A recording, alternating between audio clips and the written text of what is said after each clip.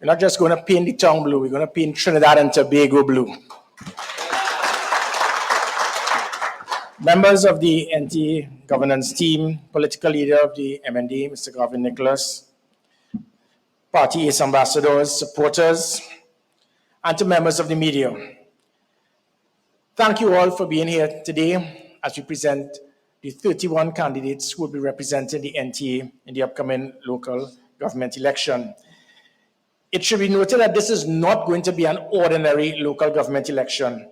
This is the first time in the history of Trinidad and Tobago that a government is actually having an election and calling an election against their will. It says a lot. When a government tries to double down on actually affecting on the constitutional rights of citizens, and you try to prevent them from doing some of the most democratic thing that you can do, which is your right to vote, your right to choose your leaders, and they try to prevent that, it shows where we are going. And when you have a prime minister, when he was in opposition, he saw it fit that it was appropriate to have independent observers. And now when you're on the other side of the fence, you try to prevent it. It makes you wonder exactly what is going on. It says a lot. And that is why I will state that this indeed is going to be the mother of all local government elections in Trinidad and Tobago.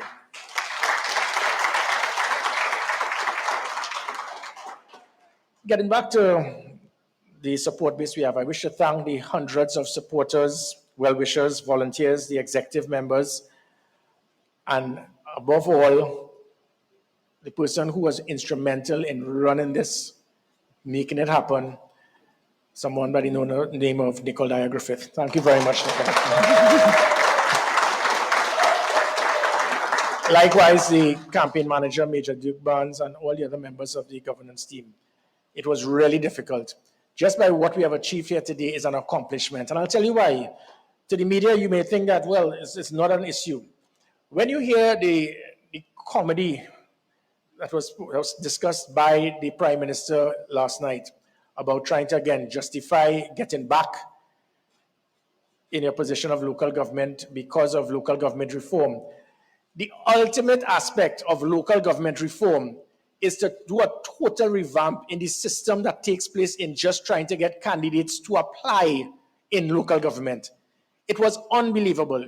You can apply to be the president of the United States, and it was not as ridiculous as what you all had to go through. When you see situations that returning officers will send candidates back because a hyphen is missing, you will have a justice of the peace write the date. And because if you put 23rd of June and the D just went slightly over a line, you're sending it back.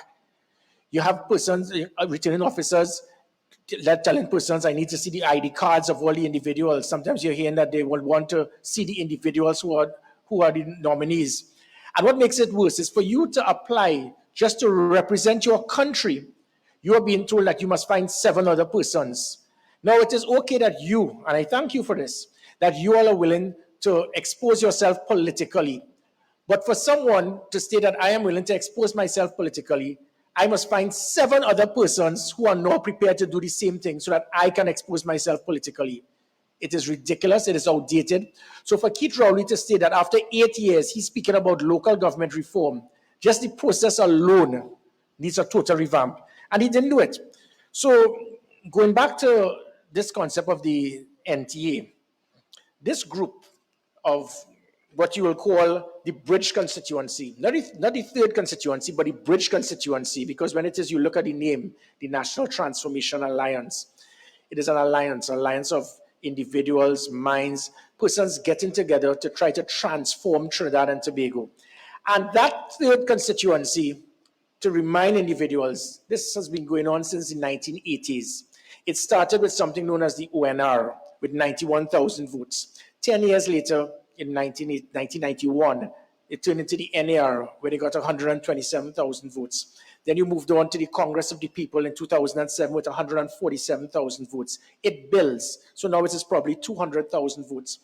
The fact, however, is that that party, whether you call it the ONR, the NAR, the COP, the NTA, the ABC, or the XYZ, That bridge constituency of the 200,000 odd citizens who are saying, I am willing and I want to be independent, and I don't necessarily have to be a member of one of the two other major parties.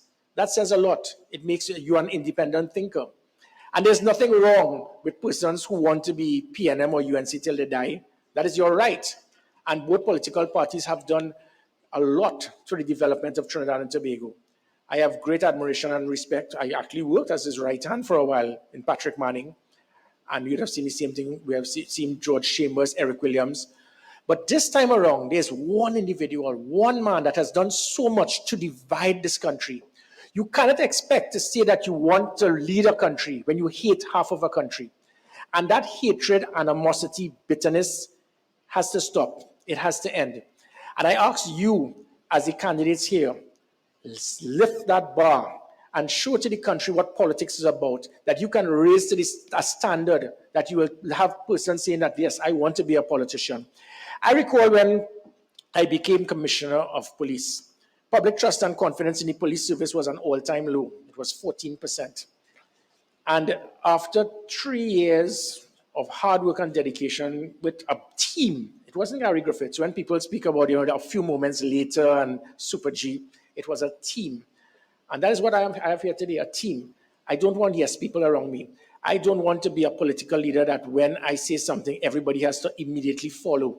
Or if I show my personality of being arrogant, self-centered, vindictive, I'm not calling Kid Rowley's name, but when you have a personality like that, the rest of the party and the individuals in your executive will follow. It is leadership by example. And that is why I ask you all, do not go down in that road. Do not go down into the gutter. Sometimes we've seen that political party by that hierarchy. They feel that everything you do, it must be arrogant, abusive. And when you spit hate and division and arrogance, intimidation, how does that help a country? We are here, this National Transformation Alliance, we are here to build, not to divide. We are here to be productive, not to be destructive.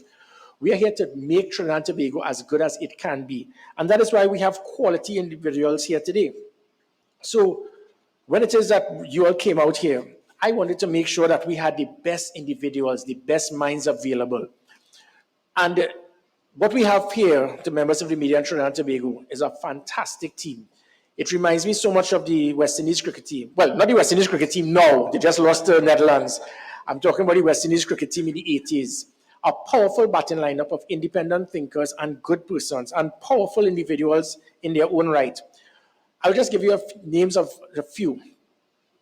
And again, when we speak about the NTA, we are speaking about a team of, again, different political parties, different individuals. So you don't have to be, listen, I am a member of the NT and I have to wave a flag and scream and whatever, which again is all part of the politics. But if you just want to be part of assisting in the transformation of Trinidad and Tobago, come on board. I have asked, and I will take this opportunity now to ask all of the other political parties that are not presently taking part in this local government election, this is your chance. This is your opportunity for us to work together as a team to unite Trinidad and Tobago after it has been divided, fragmented, virtually destroyed because of the arrogance and the hatred and the bitterness of one man. It's time for us to turn this around. So for the political parties, we are asking you to come with us, not to work under us, not to work for us, but to be at our side by side, working together. And as I go back to the type of individuals that we have here, when we have selected a powerful batting lineup of potential mayors, aldermen, and obviously councillors, we're looking at individuals such as a previous Attorney General and an ambassador to the United Kingdom in Gavin Nicholas.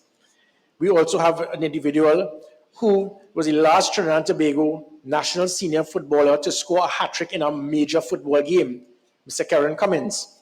And Mr. Karen Cummins, that hat-trick, it was rated as the greatest football game in the history of the CONCACAF World Cup, for all. That was Trinidad and Tobago versus Mexico. We have an individual who is the previous coach of the national senior women's team and the previous captain of the national senior men's football team in Kenwyn Jones.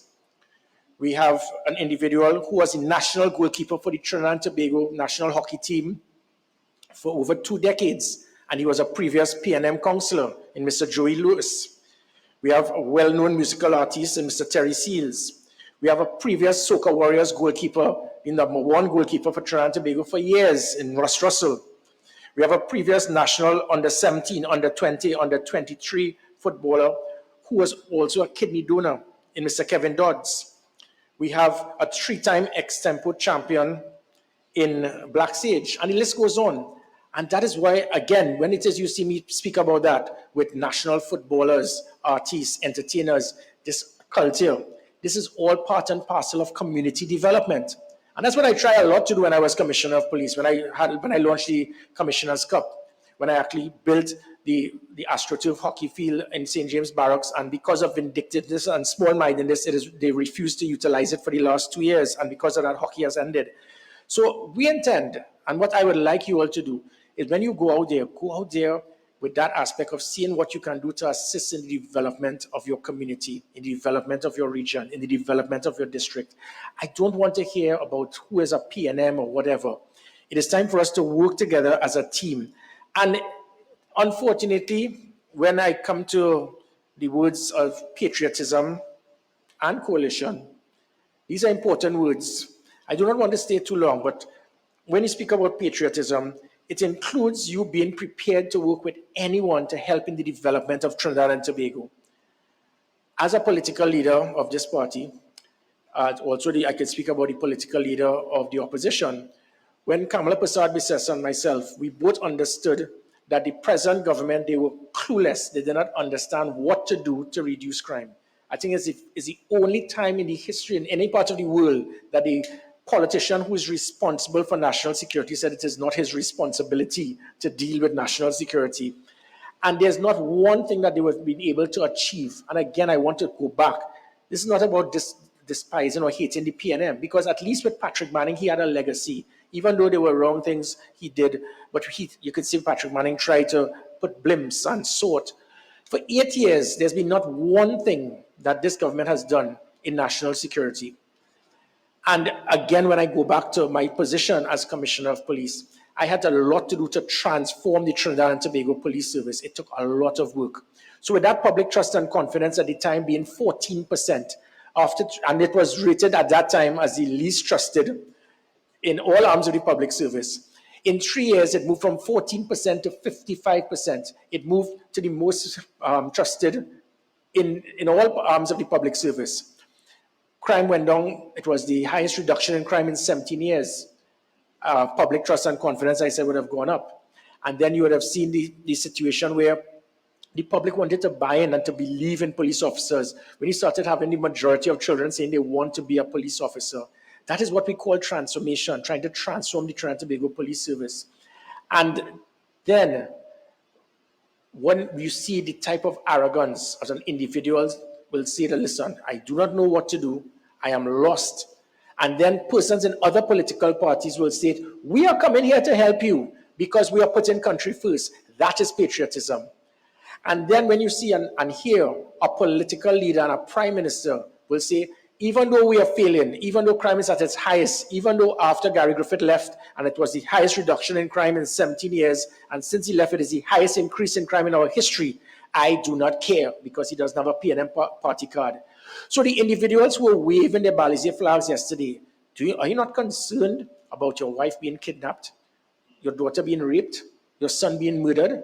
Is that more important that you are showing blind loyalty to someone who is virtually stating, I do not want a coalition, I do not want to work with anyone unless they are PNM, and I rather see the country drown in blood? Is that what we want for our country? The answer is no. So when it is that the leader of the opposition and myself offered our services and he rejected it, that shows lack of patriotism. And that's why I'm asking you, when you all go out there into those fields and you all out there in the trenches, regardless of who the individuals are, you are there to serve. You're not just there to lead. You all are going to be leaders in your own right just by being here. But being able to serve is critical. And we forget who the individuals are, what political party they're in. And we have so much to do. We have come a long way. This, as I said, has been a great accomplishment. We are not like other political parties that are going to spend $500 million for a Balize house and feel that people are stupid to state, well, we sold 5 million tickets at $100 each to get that 500 million. We do not have the luxury to be able to book Napa and spend $10 million, $10 million of taxpayers' dollars, because indirectly that's how they paid for it yesterday in Napa. We are not here for that. We're not here for the cosmetics. We're here to pull up our sleeves and work hard. And that is why when I come to the words of patriotism, patriotism is when it is you are prepared to go out there and give your all for the country. And you're not looking for much. You're not looking for anything in return. That is what I want. That's what I ask of you all. And going back to that word coalition, people seem to be concerned. But let me tell you something. That word of coalition, there's a saying again, the whole is greater than the sum of the parts. And if it is, you have several different political parties all working in different ways, different directions, who benefits? I am here to unite the country. I'm here to find a way to build Trinidad and Tobago back to how good it was then. And I intend to make Trinidad and Tobago safe again.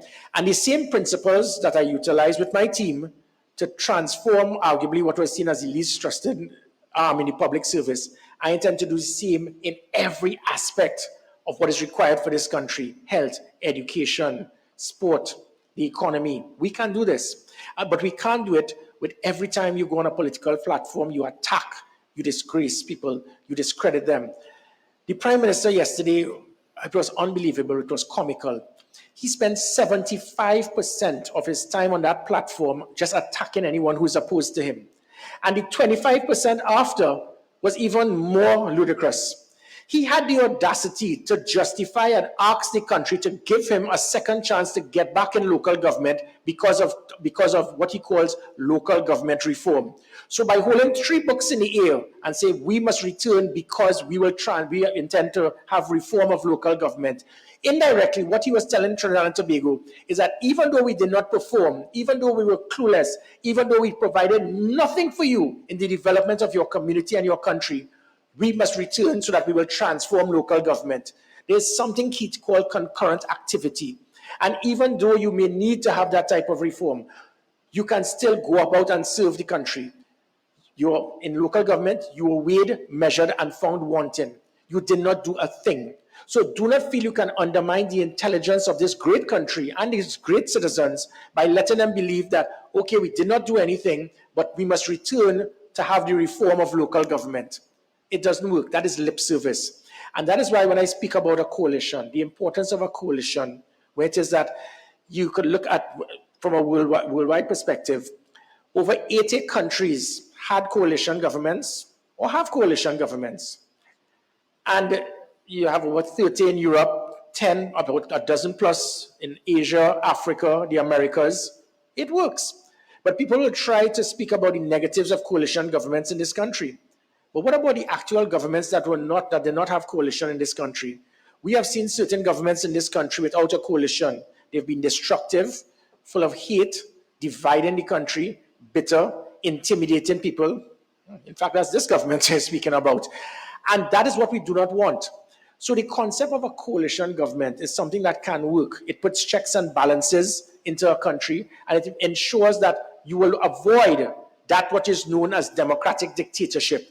When you have one man who virtually handpicks a president, the Speaker of the House, the Speaker of the Senate, the President, the Commissioner of Police, the Chief of Defense Staff, and indirectly all arms of what is supposed to be independent institutions because they're appointed by a president who you handpicked. And that is why we are seeing what we are seeing now in this country, dictatorship. When you have a situation that a state could actually use the resources to intercept your phones, when a state could actually try to get the FIU indirectly to start to dig into your accounts, when you have the state will be hiring persons, pay them big money and hope that you could get them to lie on political opponents. When you have the state that could say that I am going to spend $45 million, direct a commissioner of police to use those funds specifically to go after political opponents. And then when the commissioner says, well, I have to accept the money and do what he has to do, what he says. And then I asked for 95,000 TT because I needed an engineer to be able to pinpoint and confirm a report I got from my own police officers, which made for disturbing reading pertaining to the questionable activity of a report when someone was billing the state, billing you, the taxpayers, hundreds upon hundreds of millions of dollars on certain things that were being extracted from a refinery, and the report had something that, as I said, very disturbing statements, and he didn't want to give me that. That Trinidad and Tobago is when we reach a point that an individual who is so full of hate, animosity, and he becomes a man totally out of control. It is important that we need to rally together. We need to work together.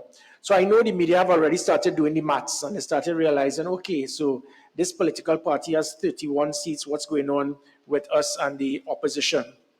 My point is, and again, as it goes to coalitions, in Trinidad and Tobago, every single time there's been a coalition government or there's been a coalition of political parties opposed to the PNM is defeated. Every single time. And that goes from, it started in 1986. We then went on to 1995. It then went on to 2010 general election, and then 2010 local government election. And every single time there's no coalition, the PNM wins. Every single time, except once, and that government lasted a few months. So the maths is there. So anyone who has a concern of political parties opposed to the dictatorial government that presently exists, it means that you are saying, I want that government to remain. So don't try to fool us with the, well, you all need to be straight and what? Narrow is the path that leads to righteousness, but broad is the way that leads to destruction. No. The fact of the matter is the whole is greater than the sum of the parts. And if this country continues to have an individual that has divided this country, that is so full of hate and bitterness and spends all his time trying to attack persons, we need to do what we must do. I am in it to win it. I've been involved in sport many times. I've been manager of national sporting teams for over a decade. I've played sport. I've been involved in national security. I was manager of defense force, hockey, football, basketball, cricket team, manager of the national hockey team, and I play to win. And I can tell you one thing, that we are going to be in government in 2025.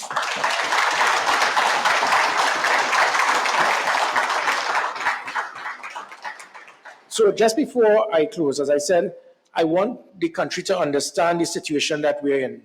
We're in dire straits. We have a situation here where I mentioned there are 150,000 odd persons, and as I said, that was under the Congress of the People. It's probably 200,000. And then we have the opposition with 300,000. Do the maths. So for all the rah-rah-rahing that the Prime Minister will do, he is mortified of what is happening here. They have been spending all their time and resources. That is why he said I was his biggest mistake. He knew what was coming down. And the one good thing I would like to thank Keith Rowley for, it is because of your hatred, because of your bitterness, because of your arrogance, it is because of you that you have become the catalyst to cause the unification of all forces, all political parties against you. So I wish to thank you, Keith Rowley, because you know your own arrogance is now going to cause the downfall of your own government. And I mean, this is nothing against the PNM. I said I have the world of respect for the PNM and the UNC and all other political parties. In fact, some of my very good friends are in those political parties. And that is it different.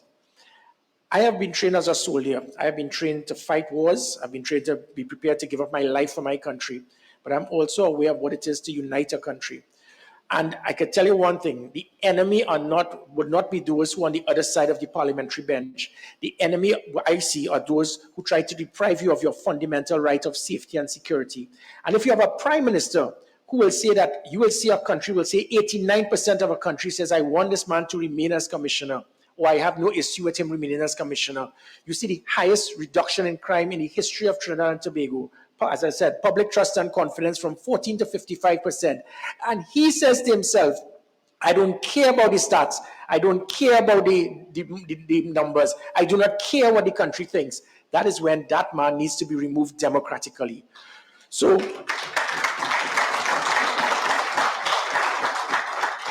as I close, I will ask all of you all, go out there, work that ground, and as a soldier, as a team player, anytime any of you all are prepared and would like me to work with you, give me a call. I'll be a wingman. I'll be there for you. And unlike other political leaders, I'm not on a golf course 4 times for the week and blazing sirens turn from Mocha, and you spend 4 days for the week away from your office. I work hard. In fact, I ended up in the hospital twice as commissioner of police, working 20 hours a day, 7 days a week, because I had a desire to serve. And as I said, I intend to work with you all. And guess what, Keith? I intend to work with even members of the opposition, because you're going to lose San Fernando as well. And you are going to lose local government election. So I will end as I close, as I started. We're going to paint the tongue blue. And to Keith Rowley, your biggest mistake is now going to be your biggest headache. I thank you.